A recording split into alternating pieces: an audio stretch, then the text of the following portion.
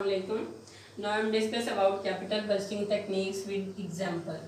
हम एक एग्जांपल लेते हैं कि इसको सॉल्व कैसे करते हैं, क्वेश्चन को इजीली कैसे सॉल्व करते हैं, तो ये मैं आपको बताऊंगी। ले लेते हैं इसमें सबसे पहले इनिशियल इन्वेस्टमेंट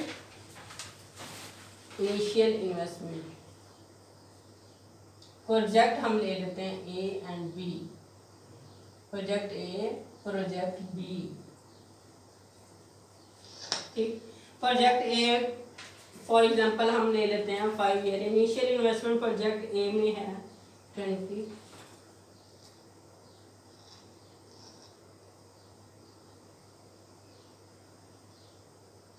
और 2। ठीक, इसमें ईयर हम ले लेते हैं 1 2 3 4 5। फॉर एग्जांपल 5 ईयर हम ले लेते हैं। इसमें हो गया 30,000, 40, 50,000, 60,000 4 ईयर में एंड 70,000 5 ईयर में।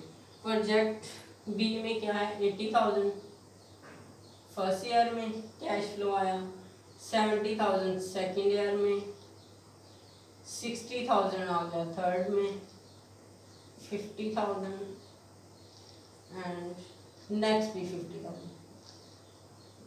ठीक है, इसमें सबसे पहले हम कैलकुलेट करेंगे पे बैक पीरियड।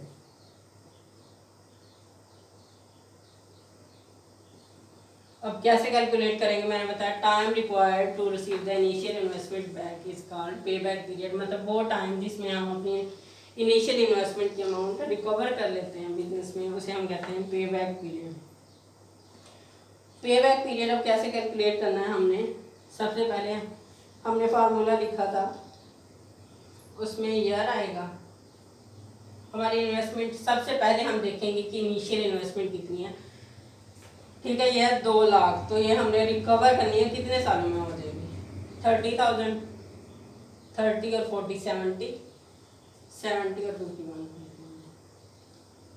120 और 61 80 180। इसके बाद 4 ईयर में 4 साल और इसमें से हमें चाहिए 20,000। ठीक है, जो अमाउंट हम इस ईयर में से ले रहे होते हैं, मतलब नेक्स्ट ईयर में से ले रहे होते हैं, फुल नहीं लेते, तो उसको हम लिखते हैं इधर यहाँ पे। अब हमारी इनिशियल इन्वेस्टमेंट अब हमने ली कहाँ से है, इस अमाउंट में से ली। इस ईयर में से हमने 20,000 लिया है, तो वो ईयर लिखेंगे और टोटल उस ईयर की अमाउंट लिखेंगे। इस तरह हम पे बैक पीरियड कैलकुलेट करेंगे। तो इसका हो गया 4.28 ईयर हो गया पे बैक पीरियड। कैसे कैलकुलेट किया, इसको हम जमा कर लेते हैं कि हमारी ये अमाउंट बन जाए इनिशियल इन्वेस्टमेंट की। ठीक है, फिर इसके बाद ईयर को लेते हैं कि कितने सालों में ये पूरी हो जाएगी, तो उस पर हम डिवाइड कर देते हैं। इस तरह ये हमारा आ जाता है पे बैक पीरियड। प्रोजेक्ट ए का पे बैक पीरियड हमारा आ गया। उसके बाद हो गया प्रोजेक्ट बी, उसकी कितनी थी 2,50,000। ठीक है, वो अब हमारा कैसे कैलकुलेट होगा, 3 ईयर और 4th ईयर में से हमें अमाउंट चाहिए होगी 40,000। 4th ईयर में अमाउंट है कितनी 50,000 है। ठीक, इसका हो गया 3.8 ईयर। ये पे बैक पीरियड हमने कैसे कैलकुलेट किया, इन सब अमाउंट को जमा कर लिया, रिमेनिंग अमाउंट इस ईयर में से ली, इस ही ईयर की अमाउंट पे इसको डिवाइड कर दिया, इसी साल की अमाउंट पे इसको डिवाइड कर दिया, और हमने ईयर ले लिए, कितने ईयर में होगा 3 साल 3.8 ईयर। अब ये हमारा पे बैक पीरियड ये हो गया प्रोजेक्ट ए प्रोजेक्ट बी। ठीक है, ए और बी का पे बैक पीरियड आ गया। उसके बाद हमने कैलकुलेट करना है return on investment project A और बी की। ये क्या है, सम ऑफ फ्यूचर कैश, हमने लिखा था sum of future cash flow. ठीक है, डिवाइड बाय इनिशियल इन्वेस्टमेंट।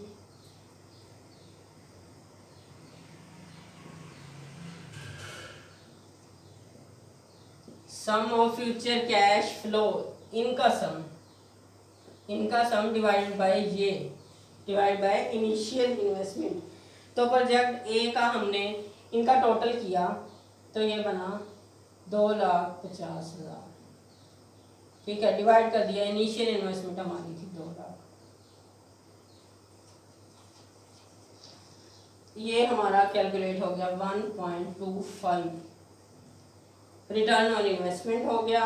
उसके बाद प्रोजेक्ट बी का हमने ऐसे ही करना है, उसको कैलकुलेट करना है टोटल अमाउंट को और डिवाइड कर देना है इनिशियल इन्वेस्टमेंट पे। तो ये हमारा 1.24 approximately return on investment calculate हो गया। रिटर्न ऑन इन्वेस्टमेंट हमने कैसे कैलकुलेट किया, ये हमारा है कैश फ्लो। कैश फ्लो है, इस सब को हमने जमा कर लिया और डिवाइड कर दिया इनिशियल इन्वेस्टमेंट पे। तो ये आ गया हमारा return on investment project A और बी का। उसके बाद हमने कैलकुलेट करना है profitability index. Next technique capital budgeting की क्या है, प्रॉफिटेबिलिटी इंडेक्स। तो हम इसी क्वेश्चन का सॉल्व करते हैं। सबसे पहले उसका फार्मूला लिखेंगे, sum of present value of future cash inflow profitability index.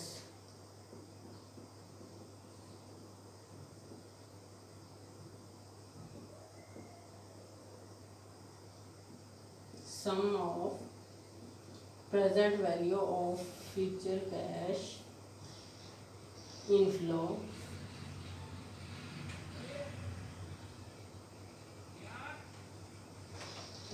Divide करना है हमने इनिशियल इन्वेस्टमेंट पे, या हम ये भी लिख सकते हैं sum of discounted future cash flow. इसके फार्मूले में आपको दोनों बता देती हूँ। Sum of discounted cash flow divided by initial investment. Project A और बी का हमने कैलकुलेट करना है। यहाँ पे हमारे ये कैश फ्लो है और ये इनिशियल इन्वेस्टमेंट है। और प्रोजेक्ट ए का हमने कैलकुलेट करना है present value of future cash inflow, ठीक है। Present value of future cash inflow को कैलकुलेट करने के दो तरीके हैं।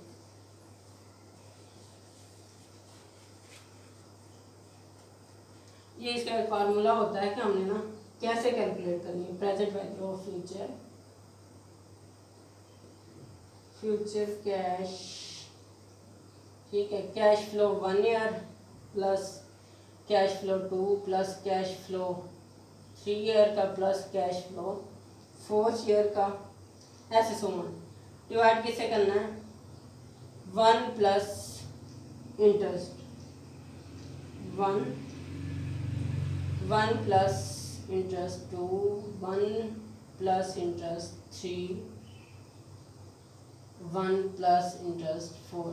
ये हम करते हैं present value of future cash flow. कैसे कैलकुलेट करने हैं, cash flow 1 year divide by 1 plus interest, और ईयर 1 का 1 plus interest year 2 1 plus interest year 3 1 plus interest year 4 and so on. ऐसे हम present value of future cash flow calculate करते हैं। मतलब फार्मूला ये था कि sum of present value of future cash inflow. तो फ्यूचर कैश इनफ्लो इस फार्मूले की मदद से आप कैलकुलेट कर लेंगे। हमने कैलकुलेट किया, जो प्रोजेक्ट ए है उसका है 182,340.6 डिवाइड बाय इनिशियल इन्वेस्टमेंट। तो ये हमारा आ गया 0.9117। और प्रोजेक्ट बी का हमने ऐसे ही कैलकुलेट किया 240,852 डिवाइड बाय इनिशियल इन्वेस्टमेंट। तो ये आया 0.963, ठीक। उसके बाद हो गया नेट प्रेजेंट वैल्यू।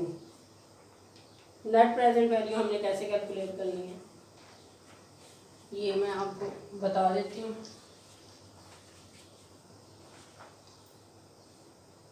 इसके दो मेथड होते हैं। एक तो ये है कि माइनस इनिशियल इन्वेस्टमेंट प्लस आप कैश फ्लो से कैलकुलेट कर लें, और सेकंड मेथड ये है कि वही डिस्काउंटेड कैश फ्लो से आप इसको कैलकुलेट कर लें। तो सिंपल यही है कि माइनस इनिशियल इन्वेस्टमेंट, एनपीवी हम ऐसे कैलकुलेट करते हैं, माइनस इनिशियल इन्वेस्टमेंट कर लेते हैं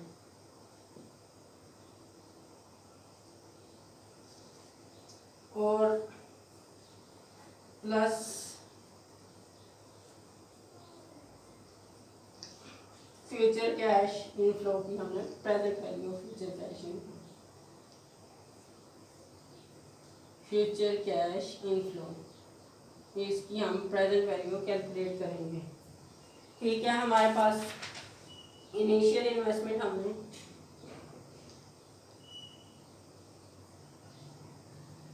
इसके बाद हमने कैश इनफ्लो जो कैलकुलेट किया था वो लिखेंगे। तो हमारी एनपीवी की जो अमाउंट आती है यहाँ हमारे पास आती है -941। उसके बाद आता है एनपीवी की वैल्यू कैलकुलेट करेंगे हम, ये -941 प्रोजेक्ट ए की आ गई और बी की हमने कैलकुलेट की +4097। ठीक है, प्लस में और ये नेगेटिव में। एनपीवी मैंने बताया था जब एनपीवी की वैल्यू पॉजिटिव होगी तो हम उस प्रोजेक्ट को बिजनेस में एक्सेप्ट करते हैं और देखते हैं इसमें ग्रोथ ज़्यादा है, इसमें एक्सपेंशन ज़्यादा है, बिजनेस को इससे बेनिफिट होगा। तो जो प्रोजेक्ट बी है वो एक्सेप्टेबल है यहाँ पे। ठीक है, प्रोजेक्ट बी का क्या है, इसकी जो एनपीवी की वैल्यू है वो पॉजिटिव आ रही है, तो इस वजह से इस प्रोजेक्ट को हम एक्सेप्ट करेंगे। ठीक है, इस तरह आपने ये क्वेश्चन सॉल्व करना है। ये मैंने आपको बता दिया था कि ये हमारी इनिशियल इन्वेस्टमेंट है, इसको हम कैश फ्लो कहते हैं। बाकी के फार्मूलाज मैंने डिटेल से बता दिए, क्वेश्चन भी सॉल्व कर दिया। तो नेक्स्ट लेक्चर में मैं इंशाल्लाह इसका नेक्स्ट टॉपिक डिस्कस करूँगी। Thank you.